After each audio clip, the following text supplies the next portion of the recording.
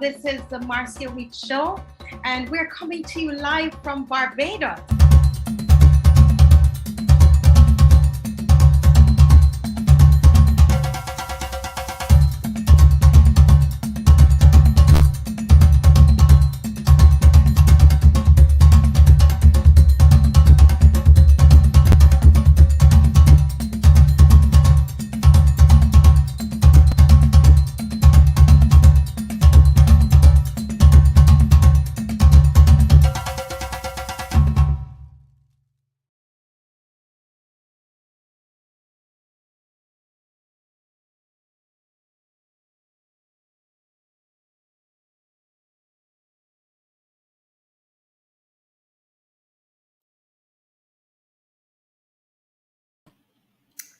Oh, pleasant good afternoon to you all. This is Marcia Weeks, and you're watching the Marcia Week Show. We're coming to you live from beautiful Barbados, and it is really beautiful and sunny.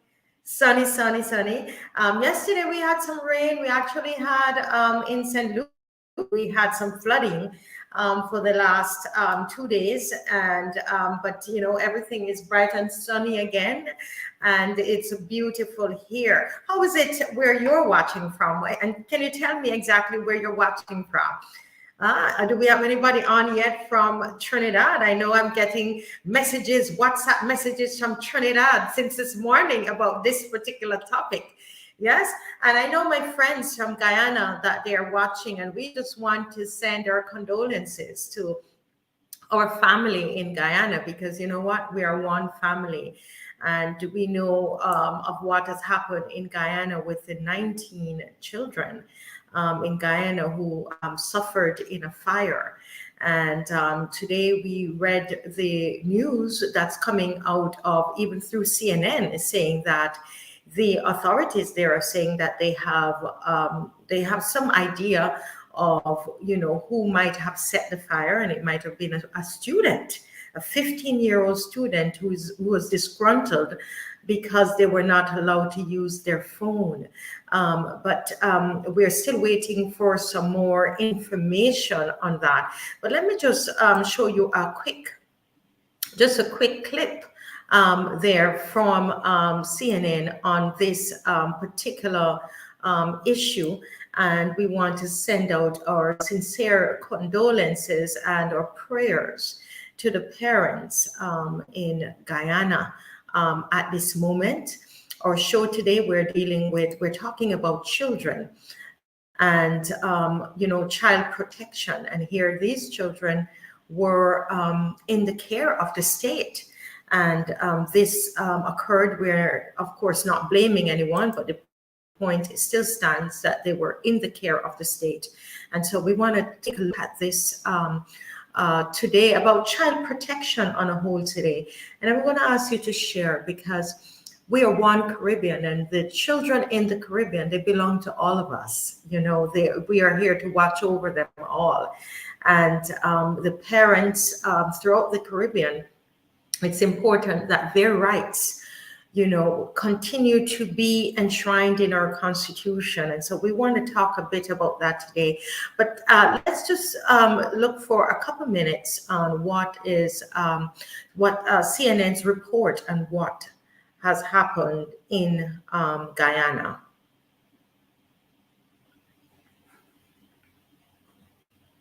"19 children have died and several others are badly hurt after a fire at a school dormitory in Guyana. An initial investigation found that the blaze may have been deliberately set. Stefano Pozovon has more.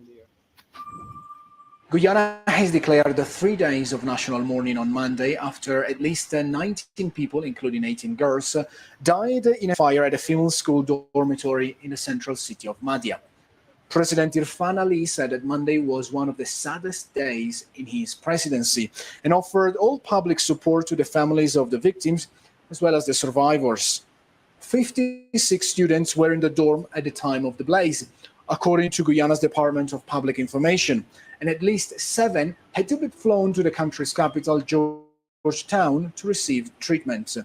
Ali also announced the creation of 2 task forces to investigate the fire, which the spokesperson of the Guyanese Fire Department said was maliciously set, according to an initial investigation.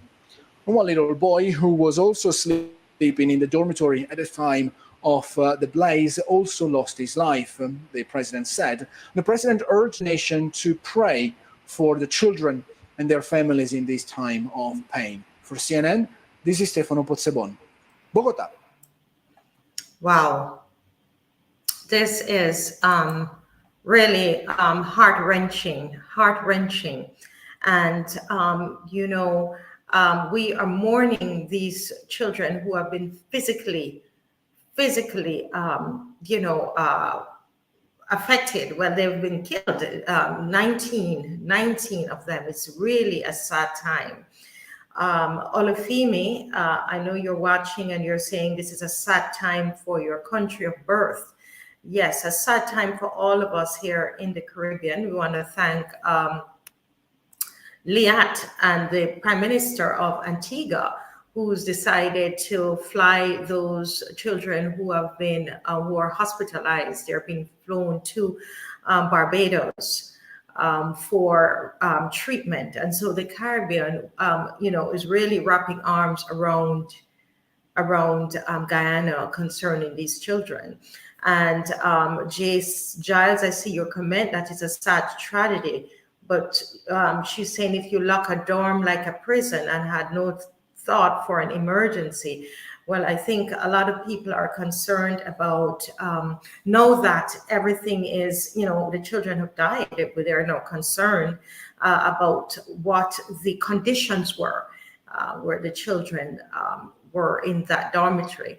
And, that's kind of the premise of our show. We do not want to wait. We do not want to wait until after the fact that we are concerned about what is happening to our children. I think that at this time in the world, all of us, everybody should be concerned about our children, whether it is for their physical safety or their emotional care. A lot of children are going through a lot of mental and emotional abuse. And, we should be concerned about it. And that's really what our show is about. We are looking at the future of our children and looking at this child protection bill that is being proposed in Barbados. And genuinely looking at it and not wanting to wait until years down the line that we said, look, we didn't look at it properly enough to protect our children. This child protection bill is not really protecting our children. Who wants to wait until the next 2 years and 5 years to realize that something is wrong? And that's what Professor Felicia Dujon, a woman of the Caribbean, not even born in Barbados, and she is really looking at it and examining it as it relates to Barbados children, the children in Barbados, but not just that, but for all of our children in the Caribbean. Right, and so this is a very important issue, and there is a case in the U.S. Prince versus the Commonwealth of Massachusetts in 1944, and this was one of the rulings that came out of that case. It says the custody, care, and the nurture of the child reside first with the parents, whose primary function and freedom include preparation for obligations the state can neither supply nor hinder. It is in recognition of this that these decisions have respected the private realm of family life, which the state cannot enter. This is a ruling from Prince versus the Commonwealth of Massachusetts. Traditionally throughout Barbados and the Caribbean region, it has consistently been maintained that parents possess a fundamental right to raise their children as they see fit. However, in Barbados, many, including human rights activist Felicia Dujon, are concerned about the new Child Protection Bill and its potential to erode parental rights. Are there components of the bill that parents should be concerned about? Does the wording of the bill possess legal implications for Barbadian parents? This is what we are discussing here today on the Marcio Weeks show. And I want to just welcome to the studio Miss Felicia Dujon. Welcome, ma'am. Welcome. Good afternoon. Thank you for having me this afternoon. Let me Yes. take the opportunity as well to extend our condolences for the bereaved family, and of course for the loved ones, and of course for the young children that are still suffering through this tragedy. So my hearts and of course our prayers are with them. Yes, I know as a human rights activist that this must have really, really, gripped your heart when you heard the news of what took place in Guyana, and we are all moved by this. We are, and of course, as I said, one of the things that I believe as all human beings, we have the ability to empathize and sympathize with people. We have the ability to feel the pains of parents right now.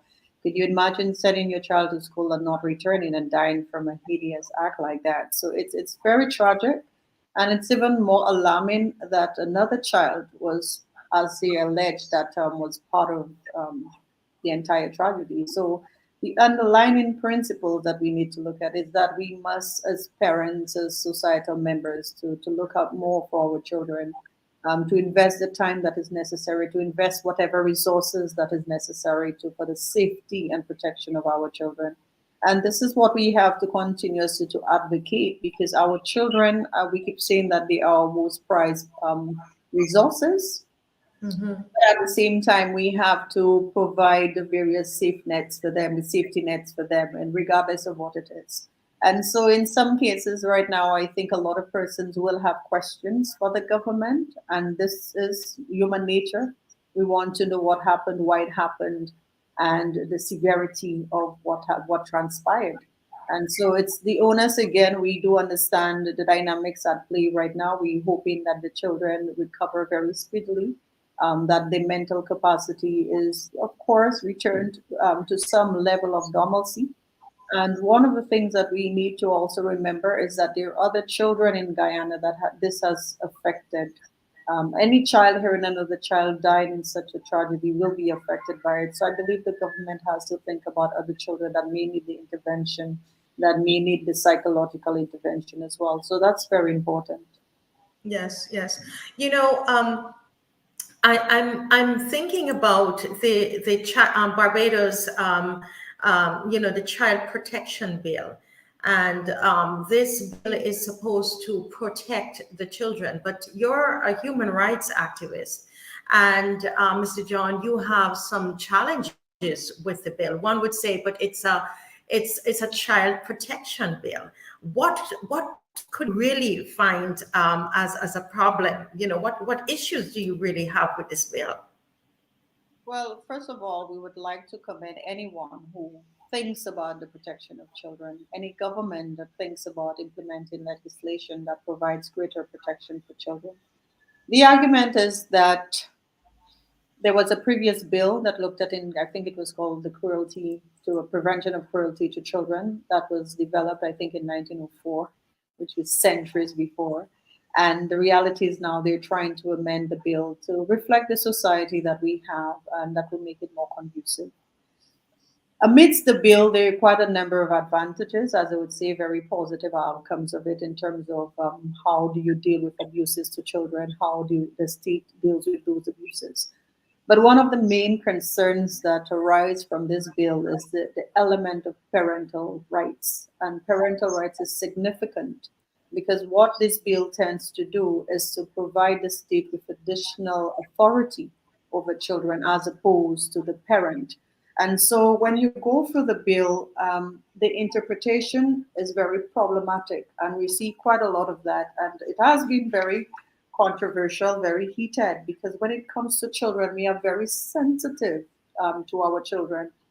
And so it's important that we do everything that is necessary to provide them with that kind of protection for them.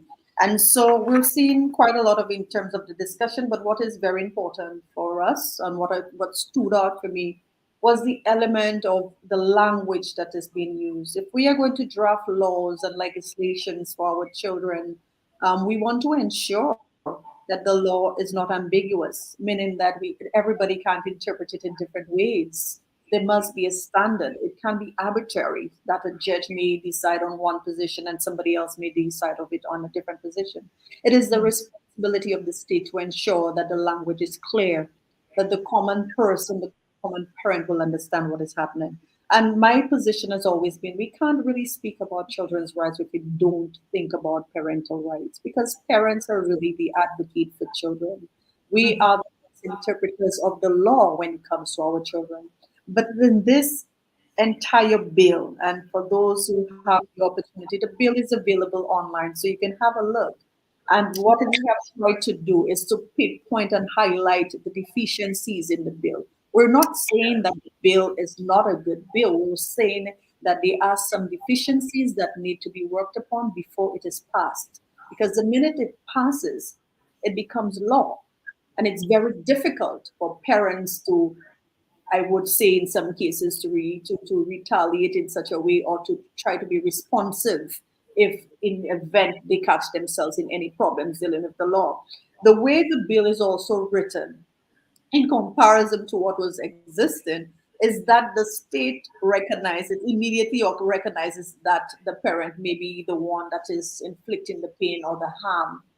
And then also it speaks about what we would say the best interest of the child. So when you look at that type of language that is being placed in this document, this legal document, when we say the best interest of the child, it does not take the parent into consideration. It takes the state, which is done through the director, and also it looks at in terms of denying parents those fundamental rights when they come into conflict with the law. So it criminalizes the parent more or less because it makes those kinds of assertions that and one of the things that it also does, it provides all these other requirements that parents have to fulfill, such that if they don't, chances are they will run in the cases of the law. So for instance, when you look at in the case where it says so if we have in terms of interpretation, we look at interpretation. Before you even go there, Professor Dujon, I want to, I have an article here on my screen, and Minister Humphrey is actually saying the opposite of what you're saying. He's saying that the parental rights that they're enhanced and not eroded under the Child Protection Bill. In fact, let me just read a little bit of this article. Minister of People Empowerment and Elder Affairs, Kirk Humphrey, has made it clear that while the government is seeking to give children a voice, there's no intention to abolish parental rights. In fact, dismissing suggestions that the Child Protection Bill 2023 is designed to take away the rights of parents, he said nothing could be further from the truth, as parents now have way more protection. So I would like, as you go through the bill, for you to be able to show us where in the bill parents would have more protection, because this is what he is saying. Yeah. That's the question. He keeps making those claims, but he hasn't highlighted where parents have more authority over the entire bill. He doesn't extend or doesn't say or pinpoint exactly where parental rights have been included. Parental rights have not been included in this bill. It's not been included. And this is no. Well, let's take a look. Let's take a look at the bill, and I'm going to ask those who are watching, share the live, and let us get down the facts, because the minister is saying that parental rights are enhanced in the bill.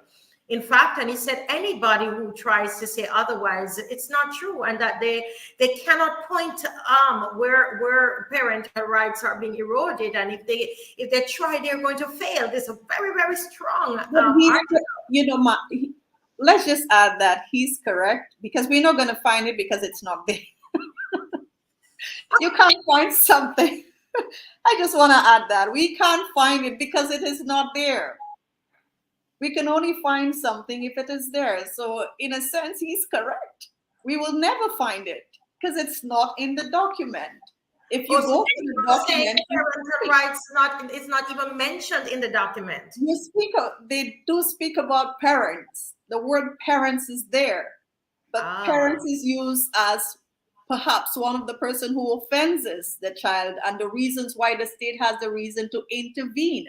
So he's correct in saying that we're not going to find it because you can't find something that is not there. And that is why we're saying he should pinpoint to us exactly where parental rights is. We have placed that challenge for him. Please indicate as to us where exactly it is. The document is 72 pages. Show us exactly where it is. So anyone who's going for the bill right now, it starts from page 10, where it does the interpretation of the terms. And that is very important. This is where the language comes in very important, because then it sets the stage as to how the law in itself is drafted. So in interpretation, which is number 2, it says, in this act, it describes what abuse is. Of course, I believe every average individual, every parent will agree to that. Child labor, cyber abuse, which is, of course, we're dealing with the time. So all of these things are very important. There's no problem here. Attorneys, it defines that. Assessment, authority, which is very important. Who is the authority there? The authority means the Child Protection Authority, which is also indirectly the state.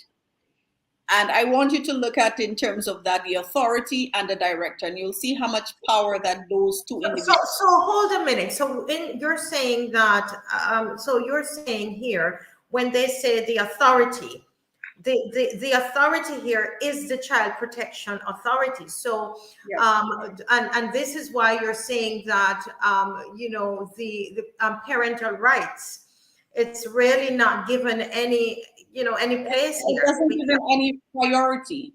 The state has not recognized the role that parents play in the lives of their own family structure, the roles in terms of children. And so if you're going to draft out a law for the protection of children, you ought to outline what are those fundamental rights of parents. And that is very important. I'm going to give you before we go back, I didn't want to go back too far away from the bill, because it's very important that we look at the facts. And the fact that we did say is that we're not going to find it because it is not in there. But the other reality is, and this is the part that I wanted you to look at, which is right under authority, says best interest. Means the best interest of the child as described under section 3, paragraph 2. So we'll have to go there and look at, but the best interest, who determines what is in the best interest of the child?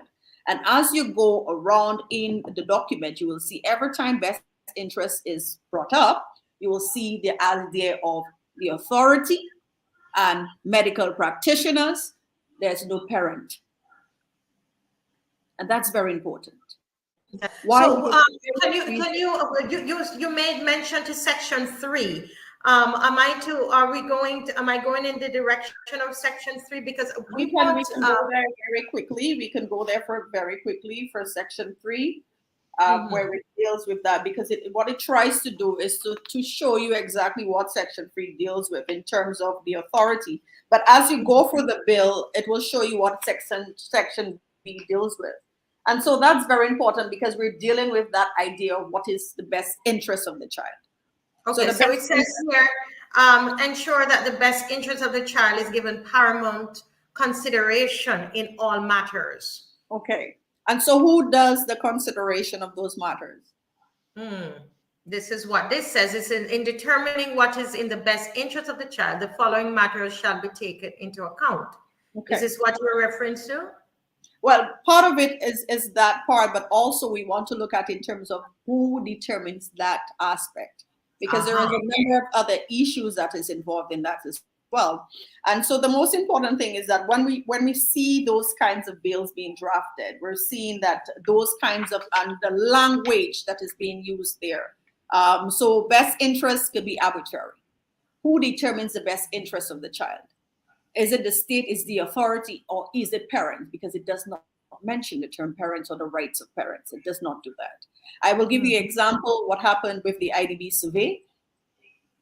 Wasn't it in the best interest of the parent to know exactly what is happening with children? During the times of COVID, there were certain communities or certain countries that said they would have implemented mandatory vaccination for children. Mhm. Wouldn't that be considered the best interest of the child, Mhm. even without parental rights? So Mhm. within this bill, it shows that it gives a lot of authority to the state, which can be overridden, or in some cases, it can collide with the interests of parents, because parents may want to know to develop the child in a particular way, whether it's spiritually, educationally, and also medically. But as you go through this bill, you're seeing quite a number of conflict between parental rights and the rights of the state when it comes to children. So Professor Dujon, I'm thinking here, what is the because we would have had some kind of legislation before this bill concerning the protection of children in Barbados. What is so different between this bill and what we had before? In the bill before, did it make mention of parental rights, or was it something that was already Well, understood within the culture? what is very different about the last bill is that in the interpretation, it said the rights of parents. So that was very clear. But that is not, they removed that part there. So that is very interesting that why We need to repeat that because why the was it minister removed? is saying that the rights of the parents are enhanced. However, you're saying that this bill, this new bill, they have erased that section with the Right, parent. that section. And also that section dealt with parental rights in terms of how they discipline children. But discipline children doesn't only have to be physical, it could be in any way. But it showed that the state did not have the right to intervene in the family life of a child. Family Oh, life of a child. And I that's think that this point you're making, I believe, is very, very important for Barbadians to hear, because sometimes we can get lost in the noise and in all that's happening, and the one side is saying this and one side is saying the other. Sometimes parents, they don't sit and read. This document is 72 pages and it has a lot of legalese.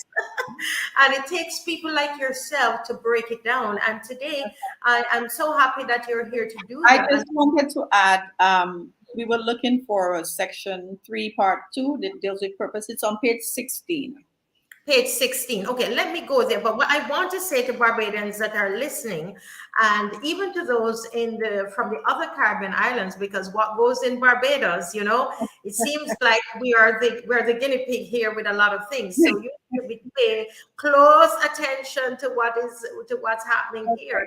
Professor Dujon is saying clearly, guys, that there is a difference between the bill that we had prior to this, to the legislation that was there prior to this, that this section that was very clear about parental rights is excluded from this bill.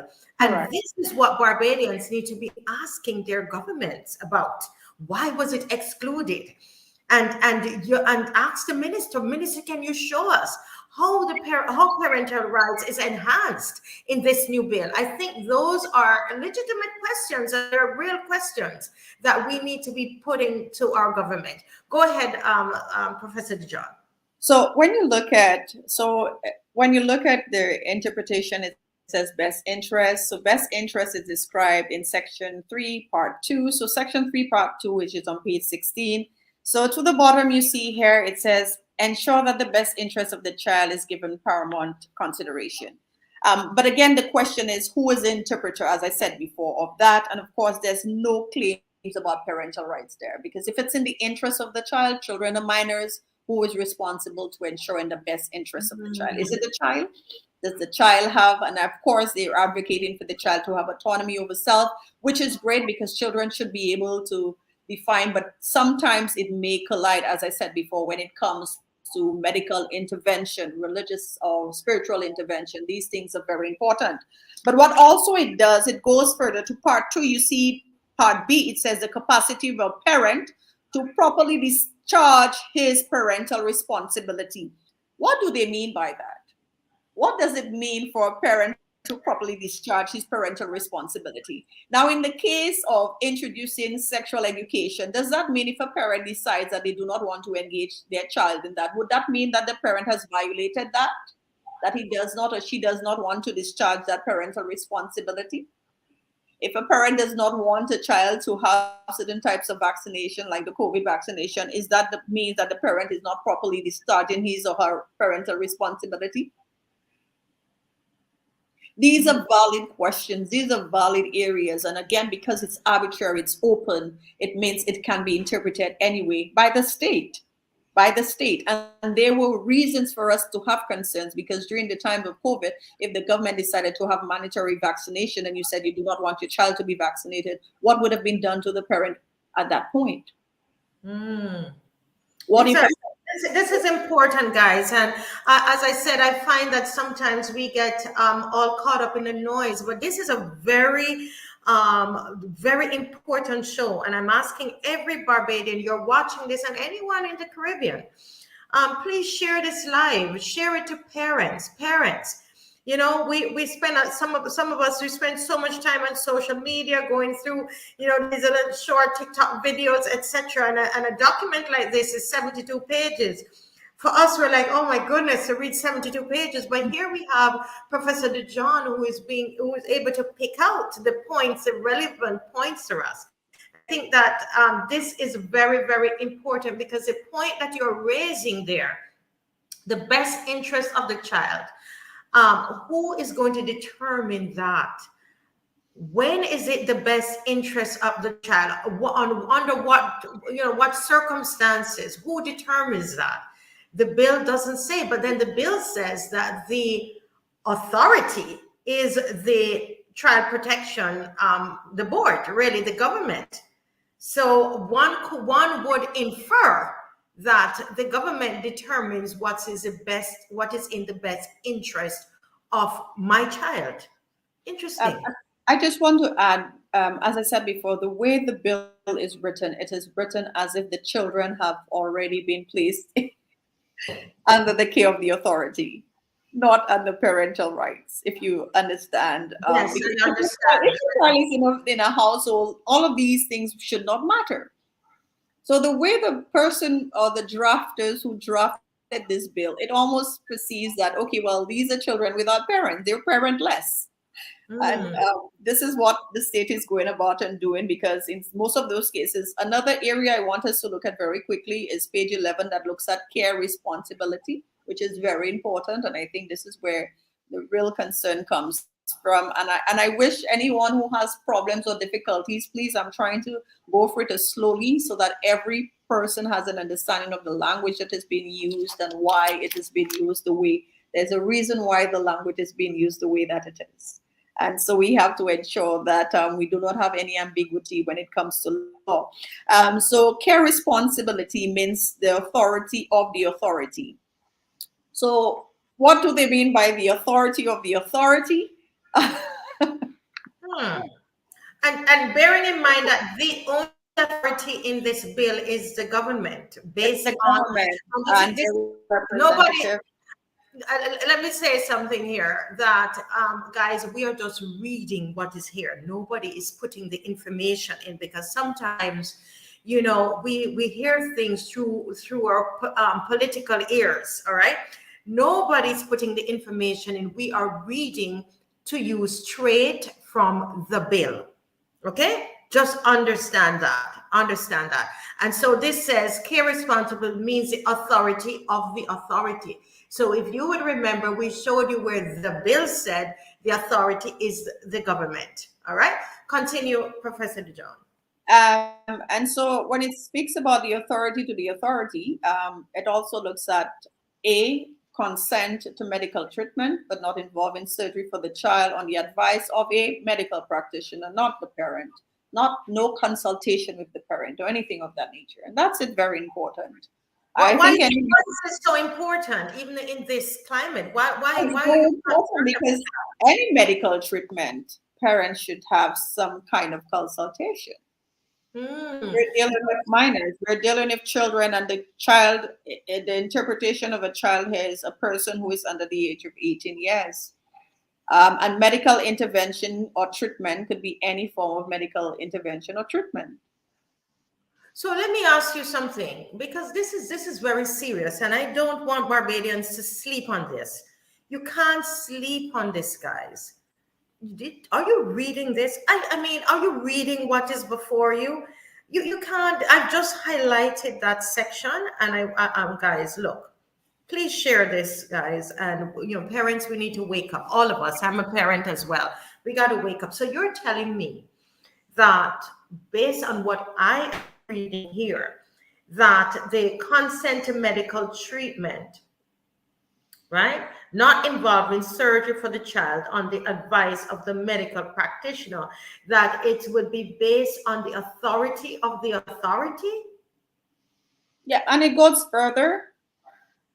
Part B also says consent to the medical treatment involving, remember the first part says not involving surgery, but it goes on to the second part that says consent to medical treatment involving surgery that a medical practitioner certifies in writing needs to be carried out as a matter of urgency and in the best interest, again, in the best interest of the child. Please pardon me. I am stopping you because I'm being like the regular parent watching Professor Dujon. You study law and all of that, but I'm a philosopher by training. I'm not a legal person, but I'm a philosopher by training. Right. But let me bear with me, because I'm just being like, my head is going here now, and I'm saying to myself, so you're telling me that if I have my underage child and the medical doctor says that this child should have surgery, that based on what I'm reading in this bill, that I would not have the right to determine whether or not this child have surgery. So for example, I'm seeing a lot of things happening in the US now. And as a parent, I'm concerned because I'm saying, you're going to tell me if a child decides that they want to change their gender. We're not doing that in Barbados at the moment, but we can't wait until that happens.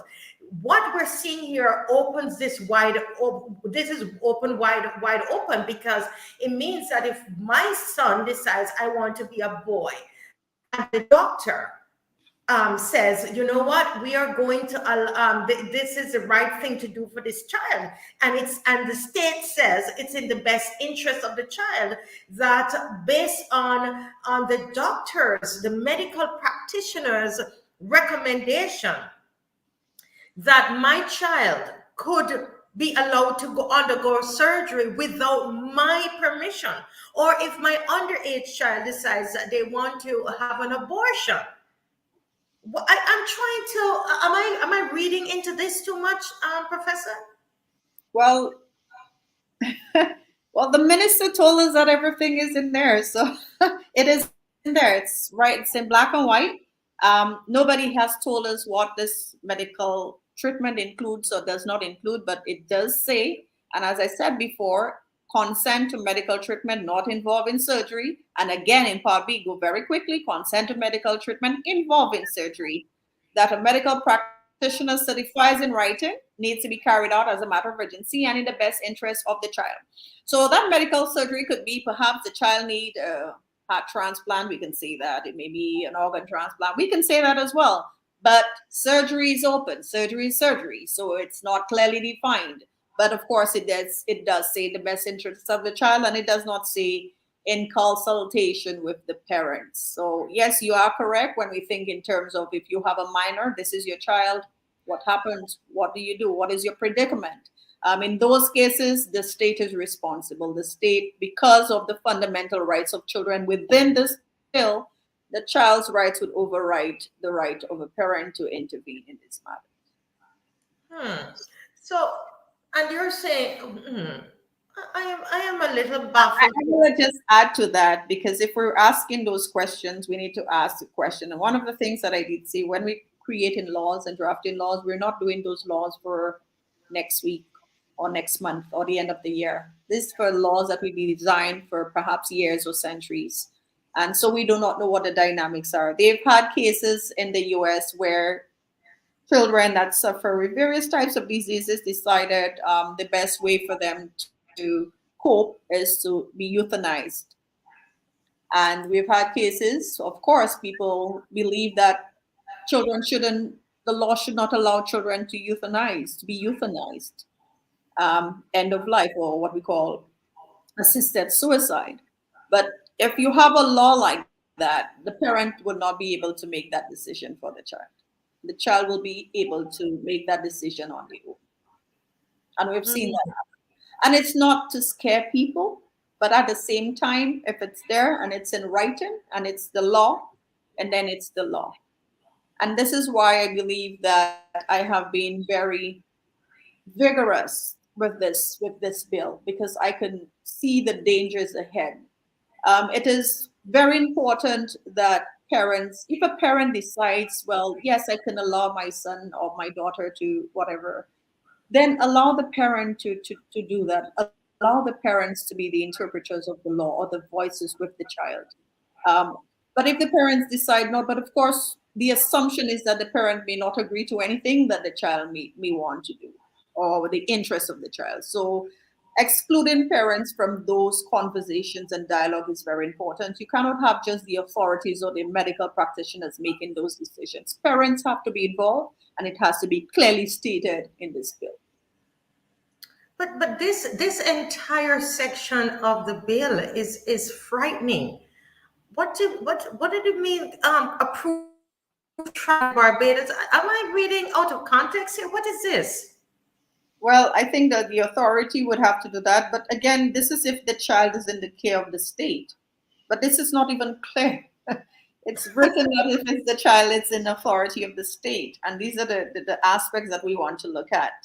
And parental rights should be included in those areas, so that it is clear that the only time that the state has the right to have that kind of authority is if it has some kind of, or parents have diminished their rights as parents, or parents have come into conflict with the law. Then we can say, okay, well, you have diminished your right as a parent because you violated the child's rights and things of that nature. But it is not clear in that bill in itself. So it's very important that these things have to be done.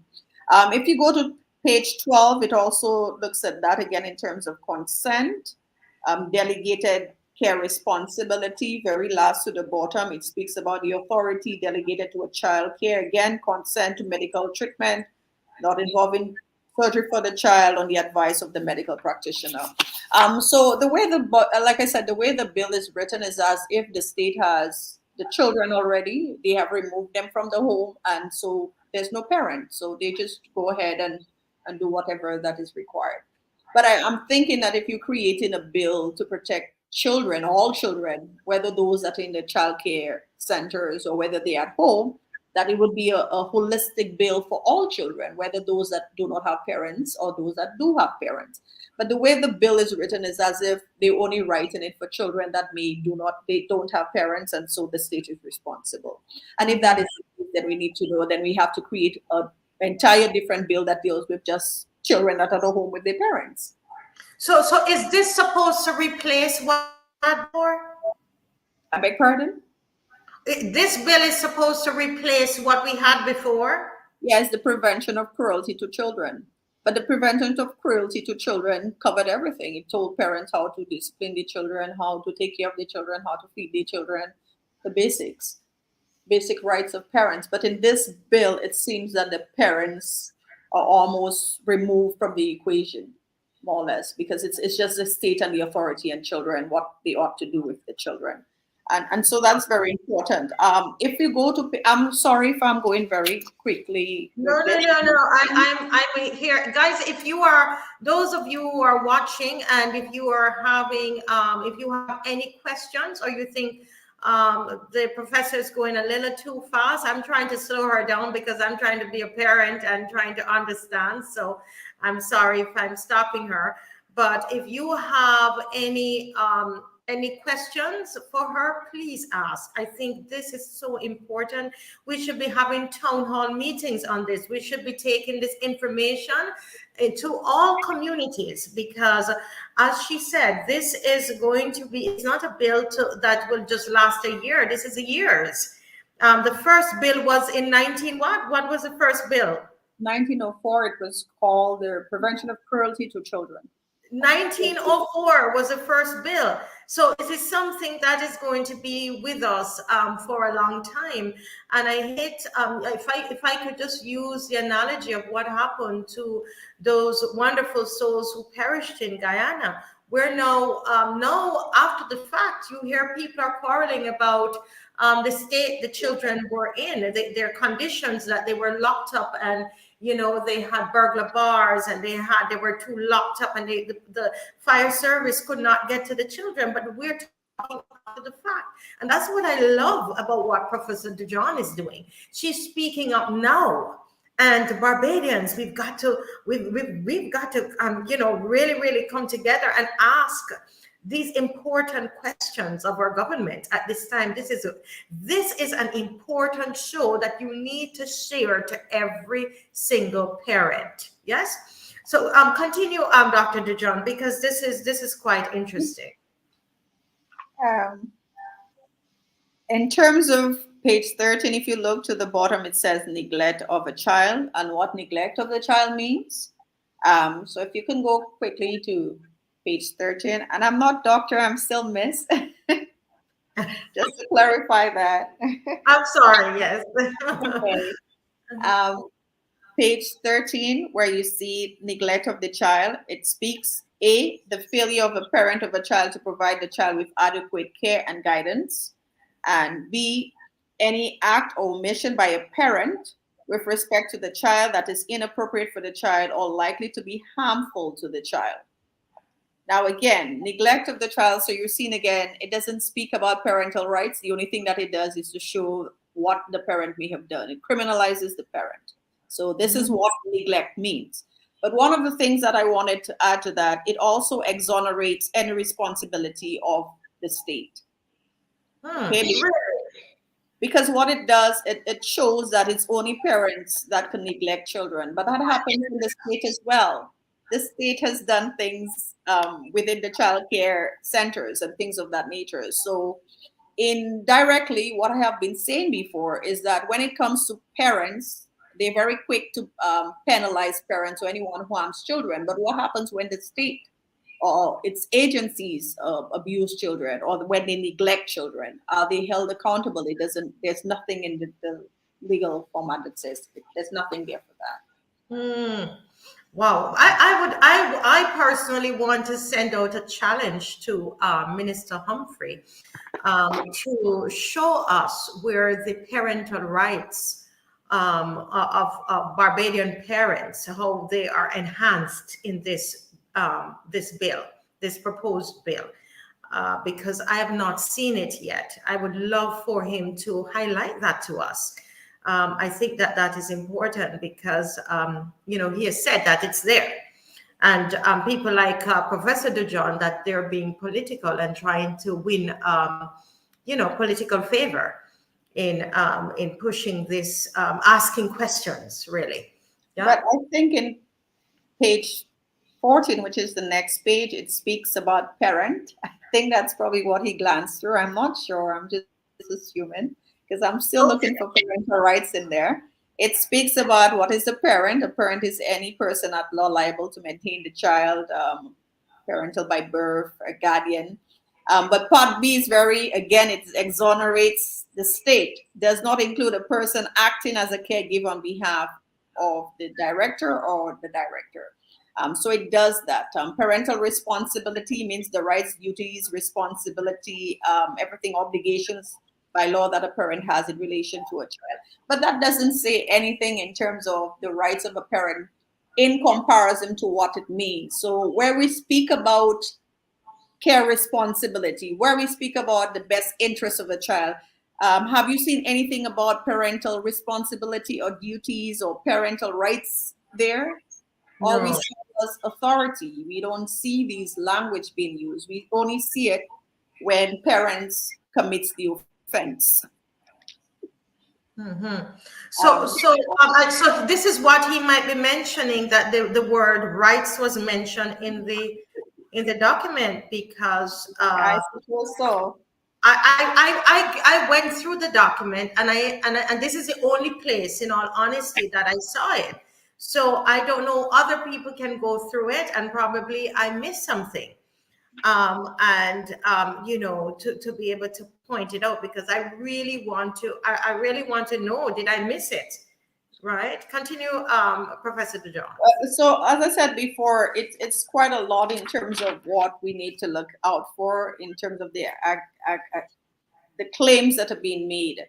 So page 17, again, it speaks about the principles applied in the administration of the act. So we see the following principles shall be applied in the administration of this act.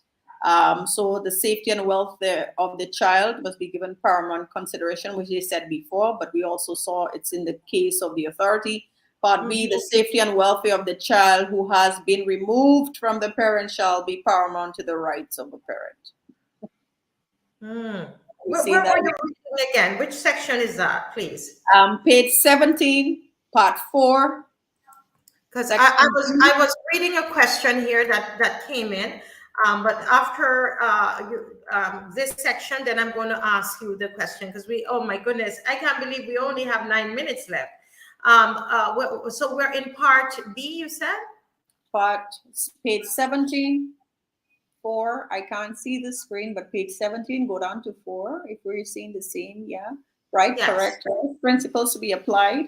Part B, so there's part A. Part B says the safety and welfare of the child who has been removed from his parent shall be paramount to the rights of a parent. But again, this is still unclear, because what do we mean? What do we mean by the rights of a parent? Is it what he meant on the, very briefly, on page 14? Because it doesn't say parental rights there. It just tells us, means the rights and duties and powers. It does not say what those rights are. It does not. So when, please explain this legalese to me. When it says it shall be paramount to the rights of the parents, what is it? What is this really saying here? Because of course it has to look in terms of the consideration of the parent. Why was the child removed from the parent in the first place? So as I said before, it seeks to look at the criminalization of parent. And Marcia, as we've been speaking, you've noticed that every time we speak of parent, every time you go through here and you see parent, it's really about what the parent has done. Yes, and I see. It's not a bill that looks at all parents, the good parents, the responsible parents. And so that's the issues that we need to look at. You know what would be great is to be able to pull out from the act that was established in 1904. The areas that are no longer included in this Child Protection Act. It will be interesting to be able to put them side by side and to just pull out those areas, because I think then they would have to answer the parents, the people in Barbados, to help us to understand why were these sections not included in this act. Okay. But in section page 18, where it says what are the provisions that a child is in need of care and protection, so it says everything else there, a child is in need of care and protection.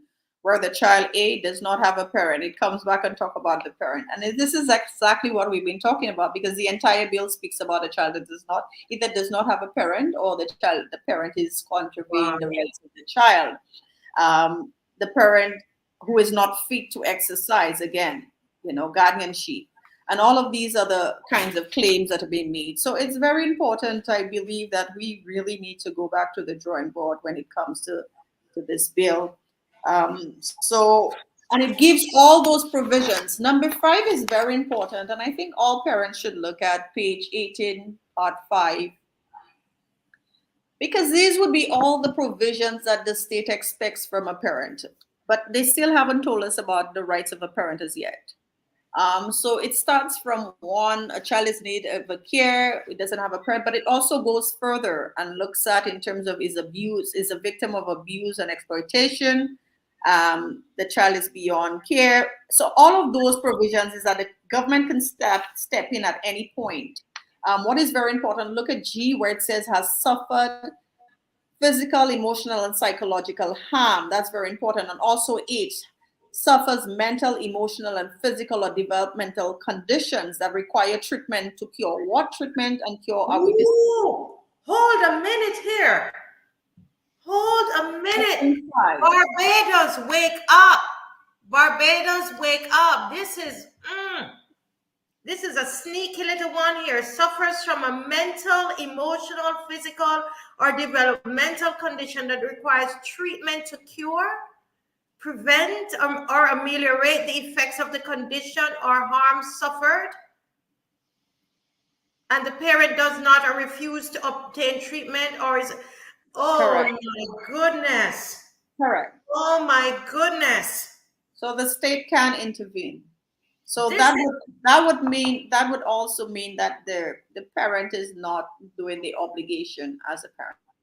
And as I said before, I know it's very tasky to go through this bill, and I hope that, as I said before, that I have been able to explain it so that everyone has an understanding of what is happening. I know the language because there's certain jargons that are being used there as well, but if you look at it, you're seeing exactly what do they mean by that. This bill sounds more like a child justice bill than a child protection bill. Child justice, yes. And I think, you know, what is, I have two questions to you. One, I want to ask, why is there not more outrage about this bill or concern being presented about this bill? You are the strongest voice I'm hearing on this bill. And then, so you can answer this after you answer this question that's coming in from a viewer. So this person says, I'm listening and I want to put a scenario to Ms. Dujon. The minister made the point that the age of consent is 16, but a child cannot seek medical attention on his or her own until 18. While that is true, is there no scope for a parent's intervention? Assume that a 16-year-old girl from a strict or religious home is sexually active, unknown to her parents. She gets pregnant and has a backstreet abortion, which leads to complications. She goes to a doctor and faces the possibility of having surgery that can be life-threatening or may lead to inability to have children.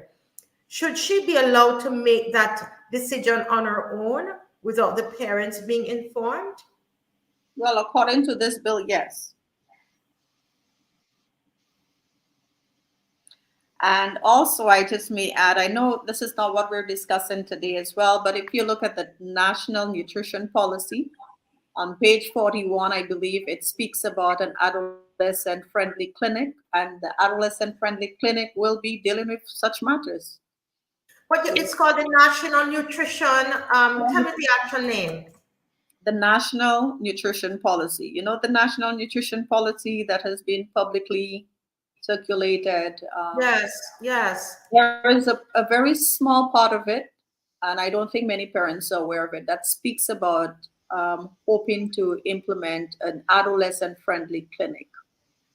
And what section of that I want to show people, because you know, as the article is seeking to infer or to instigate that persons like yourself who are asking questions, that you're basically wanting to cause trouble and that you have political motivation. By the way, are you running for office? I would just like to answer that question because I know the minister made those statements, but I also want to remind the minister and anyone who has that question that it is everyone's democratic right to be politically affiliated with any party. But it doesn't change the fact that these are issues that need to be addressed. It doesn't change the fact. So whether it's political, whether it's religious, I believe that everyone should have that open voice. This is not the first time that I have been advocating on the rights of children or parental rights. And because I have used different platforms, the assumption is if we say that she's political, then it's easily to dismiss what she's saying. And people tend to do that. So there are two things that he spoke about, being political and me being young. I'm not that young. I'm 46 years old, so I don't know if I'm young. So the reality you look young, girl. You look young. You look good. People use different ways to discredit people so that the message is not heard.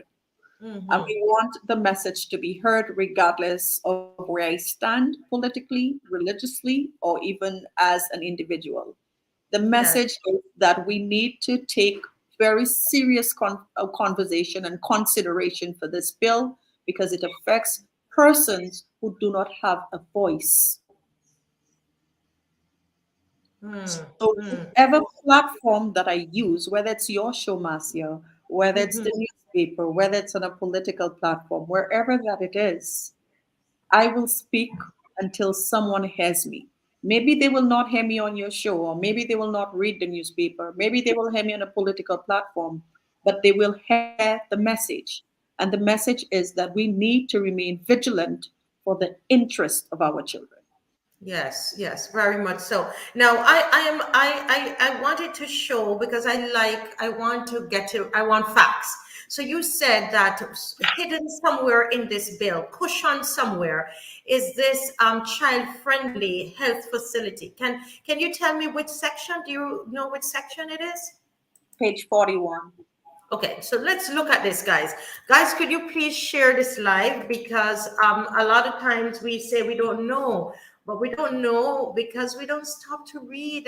And here we have Mr. John on the program breaking it down for us. So I'm at page 41, and can you show me where?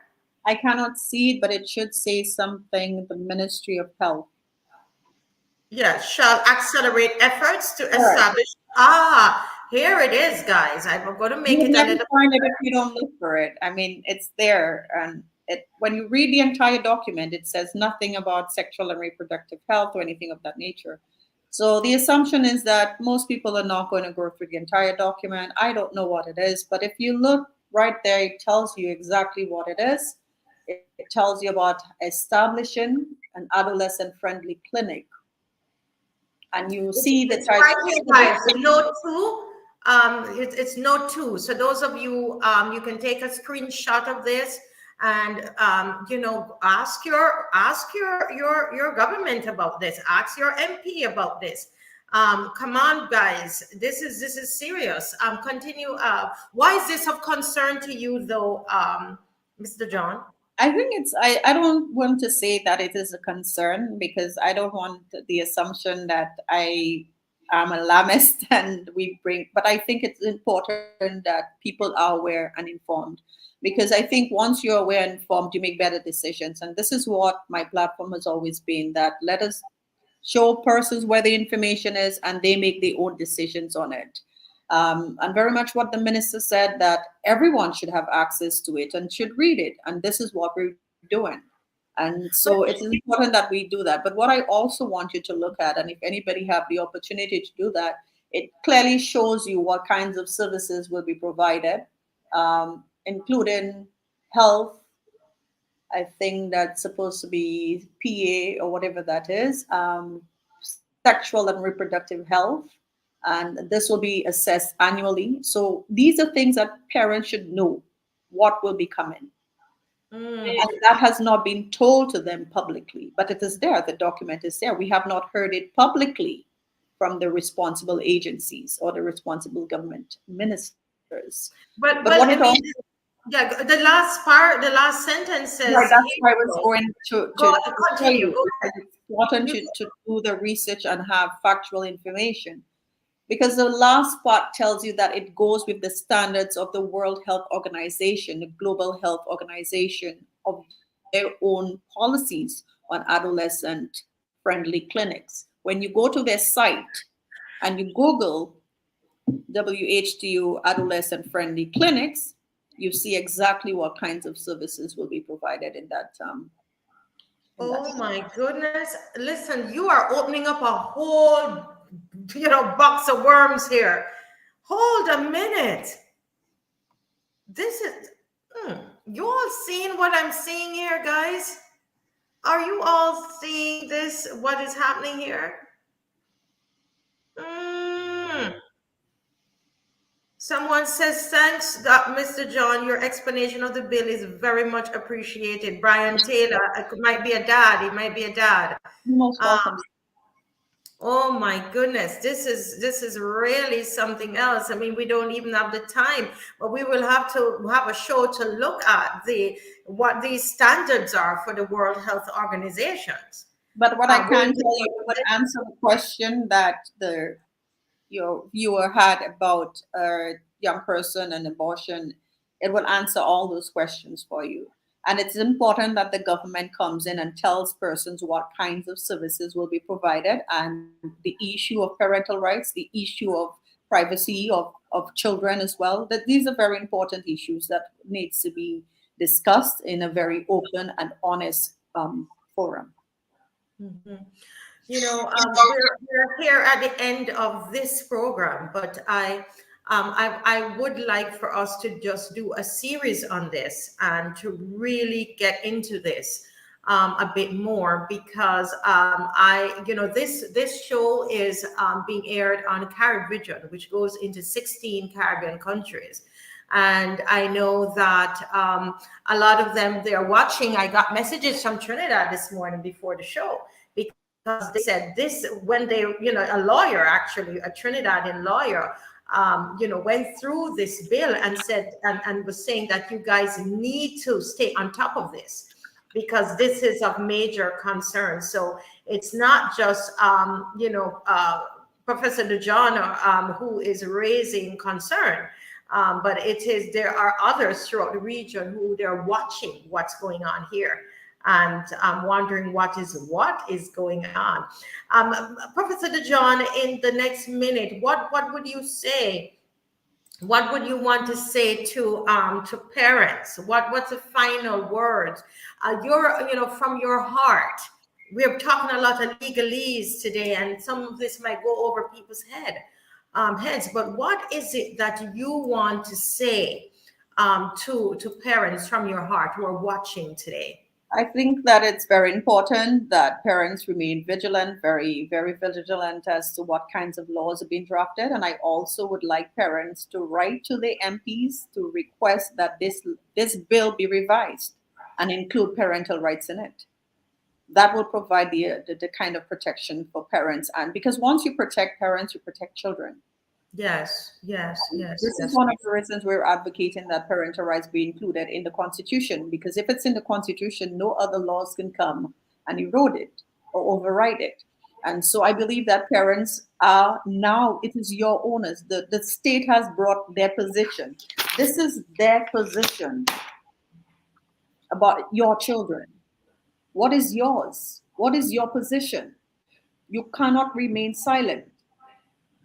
And this is what I'd like to say to every parent. And yes, I am a parent. And it makes it almost a very emotional drive for me as well, because I already see some of the kinds of difficulties which may arise. So we need to support each other. We need to ensure that we're not being antagonistic to the state or anything of that nature, but we would like equal authority over our children, just as the state. Yes. And, I want to point out that, Professor Dujon, you're from St. Lucia. Correct. You're from St. Lucia. And I want to say to my Bajan brothers and sisters that, I want to thank Professor Dujon, first of all, for sticking her neck out. You read that article and you see how they are accusing her of all different things. And this woman is not relenting, guys. And I say, Bajans, come on, let's join her. Forget about, political parties. They were talking here about children. And, I see Nigel London from Guyana, actually, who jumped on the stream. And I know you have to go, Professor Dujon.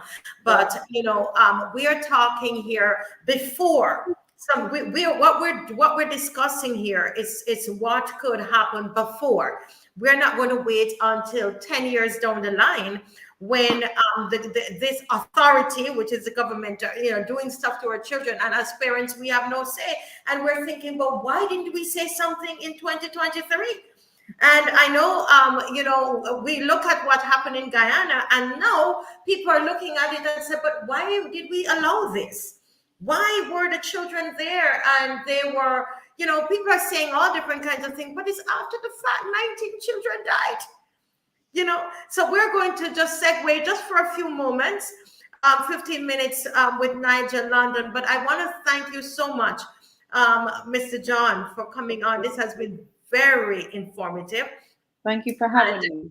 We will do another series. We will do another one because I want to get into this WHO and the nutritional policy a bit more. And we are so grateful and thankful that you came on today. Thank you so much. Welcome. Take care. God bless. Yes, God bless you. Listen, Mr. Apostle Nigel, London, I didn't know whether or not you saw my message. So I'm so glad that you, as a Guyanese, that you are on today to talk about our Guyanese children. And I'm saying ours because we are all, we're Caribbean people and they are children of the Caribbean. And, we were just talking about this new Child Protection Act bill that is being proposed in Barbados that seem to be stripping away the rights of the parents. And I heard a family member weeping over her cousin who died and was saying that, she said, look, we trusted the government. We trusted the government, and so I just want to know, I know you're an activist as well as a pastor, and I want to know, about your thoughts about what has happened in Guyana, and please accept our condolences, sir. Well, thank you, and to those who are viewing and listening to your show. As always, I'm humbled to have the opportunity to be here with you. As you can see, I'm outdoor. I'm actually working, so I don't know whether you're hearing me clearly. I hope that you are. Yes, I am. Thank you. So do forgive. I'm actually on a highway. They just built construction, so there may be some background noise. But what happened here in Guyana over the past 2 days or so is not surprising to me, because if there's anyone who can feel free to visit my page, since September 25th, 2022, I prophesied that there will be record numbers of deaths in this country. And I said by the Lord, Yahweh's Spirit, that no one should be surprised should it hit the schools. Because I stand in front of a school very often, speaking to the nation and speaking to the ills of education systems and so on, speaking to that which I believe to be atrocities committed against our children. And they're persons who are adults who see nothing wrong with criticizing me, a father, standing, speaking for the benefit of our children. So this is unsurprising to me. What is important to note, those of you who are in the diaspora and they've been across the Caribbean and so on, is that these children were literally in a cage. There was no fire escape procedures. There was no structure in place for escaping a fire because in their mind, nothing would happen. So the windows were all grilled with 5/8 or so or steel. The children couldn't get out of anywhere. It's fortunate that 60 of them or so didn't die in there. So this to me is criminal negligence, because the administration was trusted with the responsibility of taking care of these children of Guyanese heritage. And what have they done to them? Now they're seeking to try their best to repair the damage, but it's too late. And that's what I'm hearing from Guyanese. They're saying that the conditions that the children were living under, it wasn't safe in the beginning, but why wasn't there an outcry about this? Is that normal in Guyana for there to be a lot of grills? I know in Jamaica we are accustomed to a lot of burglar bars and all of that. Is that a normal thing in Guyana? Yeah, the burglar bars are normal in Guyana. However, it is abnormal for it to be done where you have 60 plus people in children or so in a dormitory. And the reason that was given reportedly was that because the girls are trouble and they normally jump through windows and get away to go to see men. So the solution would have been to go to the club and so on. So the solution would have been, I guess, to encage them, to lock every window, and more so if they are burglar grills. The procedures, you normally would have a padlock with a key, and so if there's a fire and if there's a hit, to open that grill and escape. There was no such thing there for our children. So they were at exits, but that they were unable to leave. All right, and you can only imagine how horrifying it would have been for these children who were screaming, knowing that there's an exit, but they cannot get to it because it's locked. Yeah. So my goodness, I can't even just imagine that. So how did these children, why were they in the dorm? Is it that they're there for school, or is it a reform school? Explain to us, what are the circumstances that caused the children to be in that dormitory? Okay, sure. Madhya is an interior location. Actually, if this road behind me here, this new highway they're building to that same Madhya area and further up, Guyana to Brazil. So what happened because of the location of that area? I'm hitting my microphone. Yes. While he is, guys, this is why I'm saying that Barbadians do not wait until after the fact. Do not wait until the government has done what they have done. You cannot wait. Write your MPs. Do something. Now we are here. 19 children are dead, and we are now, on the back foot, looking in, inside to say, well, we should have done this and we should have done that. Continue, right. Mr. London. Thank you. And please forgive me, as I said, I'm in the open, so trucks are passing. That's okay. That's okay. But what happened, because of the location, they bring children from other areas to reside in this dormitory. So it's a school dorm. We have a few of them across the country where because of the interior location, the nature of the geography of Guyana, it's difficult to have schools in every community, especially where the native Indians live. So they'll bring them out to certain other communities. They'll have one center school, a central point, and then they'll house them in that environment. In some instances, because of incest and rape and these things, these girls have to be brought to these places to escape. Now, I can only try to imagine the pain of a father or mother or a guardian who would have entrusted that child who may have been troubled, who'd been raped at home or something, to go there to be protected, only to find that there are burglar bars, there are grills everywhere, and now the child perishes because of what I consider to be negligence. Okay? So it is because of one, the nature of our country. We cannot have schools in certain areas, and then two, the girls, some of them had to try to escape from abuse, and look at what they ended up with. And look at, it's like someone here in Barbados was asking a question about the Child Rights Protection Act, which I think right. Which I think is a very good question. She says, if the child is placed in state care and is abused sexually or otherwise, in this case, a fire gutted out the building. And, if this was in a private person that caged up children like that without proper fire escape, heads will have to roll. And so she's saying, if the child is abused or otherwise, in this case, by caregivers or other state officials, what are the rights of the child and the parent in this case?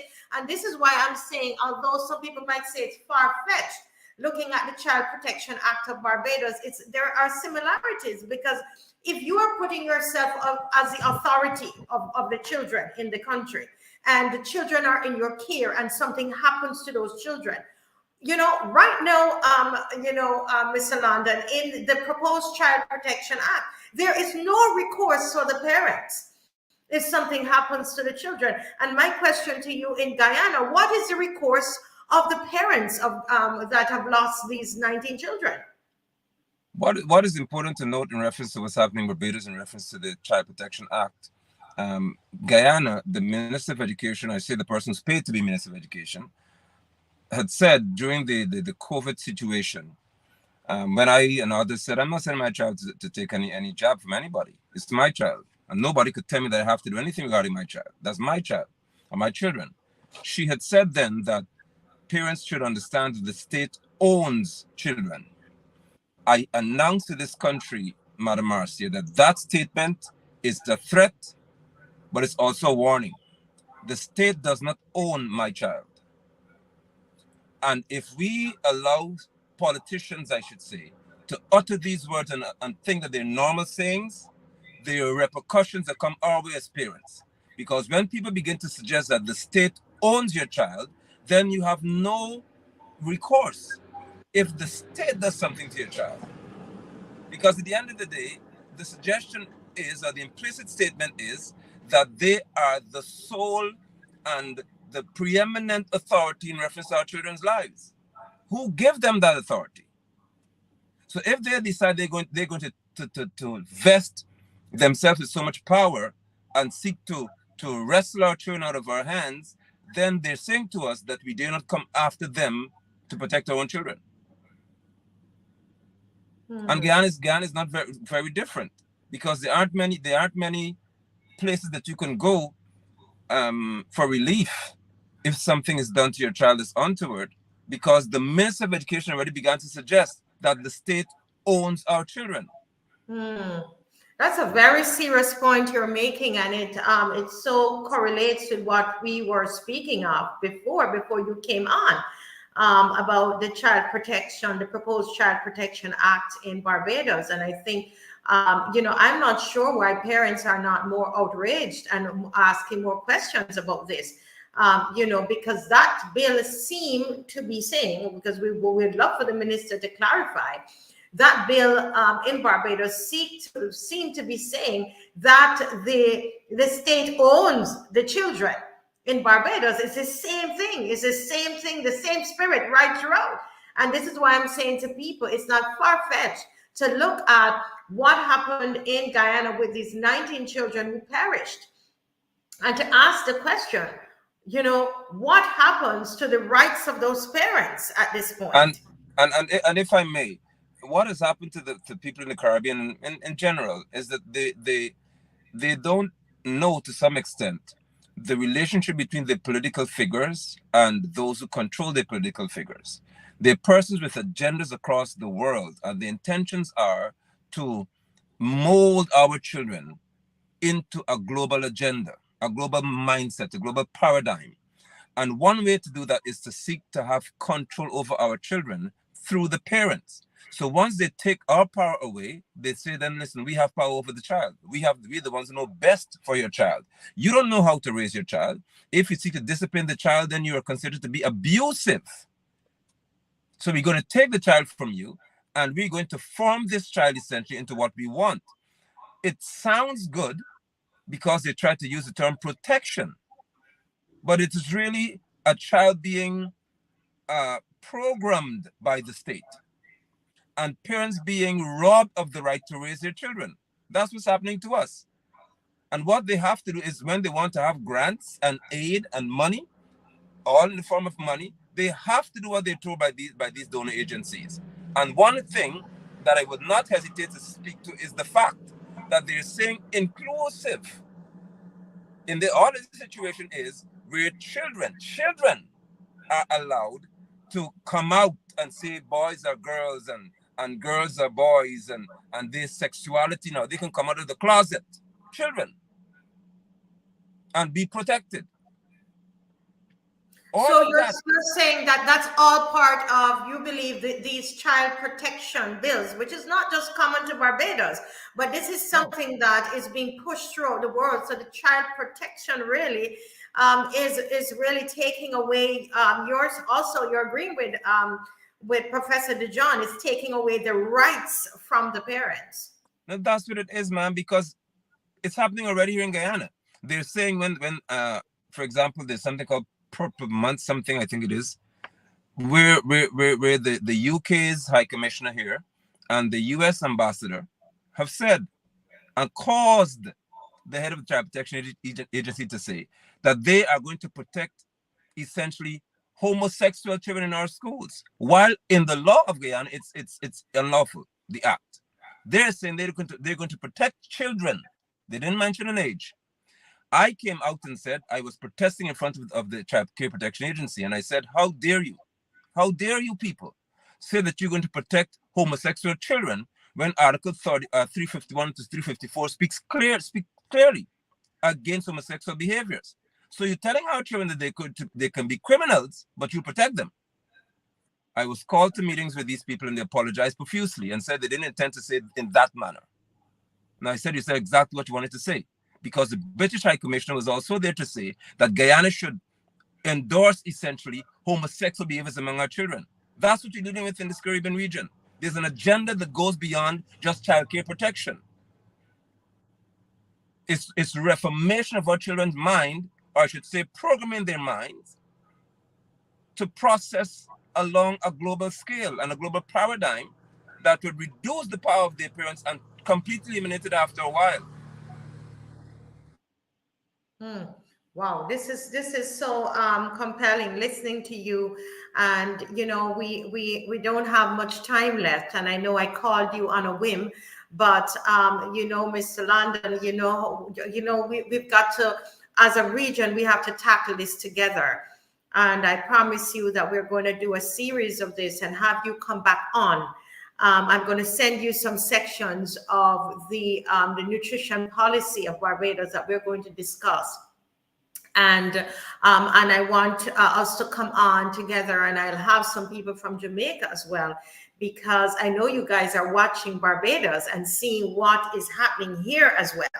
And so we want to take a real good look at that, you know, because I believe they're using Barbados as a guinea pig and to see what we're going to get away with. And but why do you think, Mr. London, that generally we're not finding that parents are more outraged about what's going on?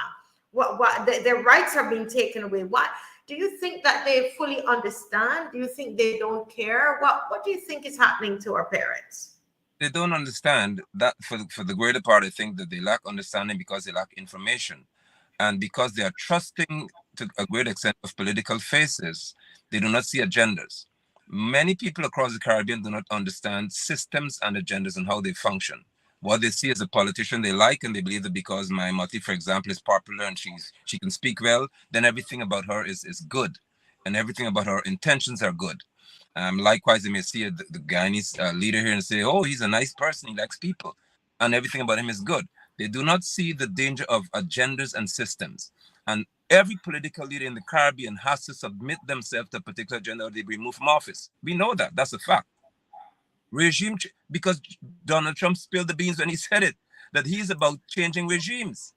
And you have to accept how you're going to go. He wanted Caribbean leaders to vote and agree to remove somebody from office who was duly elected. That's the kind of person we're dealing with here.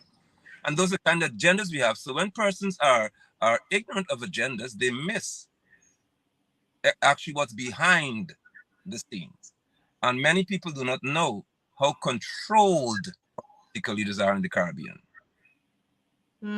Wow, this is very, very serious, guys. Apostle London, again, I just want to extend my prayers to the families. I don't even know how to even form my mouth to say the prayers, honestly, because I am just imagining what they are feeling. It's just my heart. They're in my heart. And, I just want to say that, we grieve with you, we mourn with you, and we can see what has happened physically to those children. But what I think a greater onslaught is coming against our children. And this is just, I said that and I just felt something inside of my belly and it's not gas. It's right. But if I can just drop this word to me before I leave, yes. What I think is so powerful and so true. I did a broadcast, I think last night or night before, and said these words which I repeat on your forum here. The leaders in the Caribbean do not care, or let me put it this way. They want our children to live physically. They do not mind if they die morally. What's happening to our children here is that there is an immoral onslaught against them. So they'll seek to say they're protecting the children while they are decaying the moral values and fabrics of our homes and our society. Our children will soon be taught that mommy and daddy don't have the power over you as you think they do. You are free to do that which you want. And that is where we're going to lose our children if we don't fight. Wow. Powerful. Oh my goodness. It's a good note to end the show on. And those of you who are people of faith, it's a lot of prayer, but people of faith, we've got to work as well. Write those letters, hit the streets, make noise. It's okay. This is an apostle here. You know, people like me, you say I'm troublemaker, but this is an apostle here. And he's speaking up on behalf of the children, on behalf of the parents. Those people of faith, make noise. It's okay to make noise. And you don't, it's about, you know, you're against a political party. You are dealing with, you're being a voice of the voiceless. Okay, and speak up and speak out. So we're going to end today's show on that sober note. And Apostle London, thank you for coming on. And please listen out for me again, but we are going to go deep into this one. Thank you so very much for being on, sir. God bless you. Guys, this has been so sobering, and I hope I don't offend anybody in lightening what happened in Guyana with what's happening here in Barbados and throughout the world with these child protection bills that they are proposing. Some have been passed in different countries. And I'm seeing there is an onslaught on our children, on their minds, on their emotions. You know, there's a lot of confusion being put on our children. And I think that every well-meaning person in the Caribbean should be concerned. Every well-meaning person in Barbados. Are you going to sit down and allow these bills to be passed? Is that what you are going to do? And not ask any question?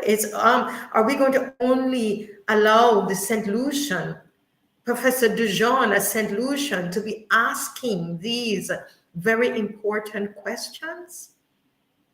Is that what we are doing? Barbadians, are you so politically aligned that you can't lift your head out of your political party and take off your political glasses and see what's happening and look at the bill? You can read. Look at the nutrition policy. Look at the section that we just talked about. Ask the questions and stop hiding behind your political charades and masquerades and all of that. We're talking here about children. Face it, this is not protecting the children. This is pushing an agenda. So, I really can't, I decide I'm not, I don't want to be that they say the Jamaican woman, and I keep quarreling about this and that. But, I can't see injustice and shut my mouth, So look out again for us next week, and we're going to continue this discussion, because we're not going to come off of this one. We're going to stay on it like we stayed on GIS. Yeah. We don't want to stop. We don't want to come off this one. All right. God bless you all, and have a wonderful, wonderful afternoon. See you next week. All right. Good.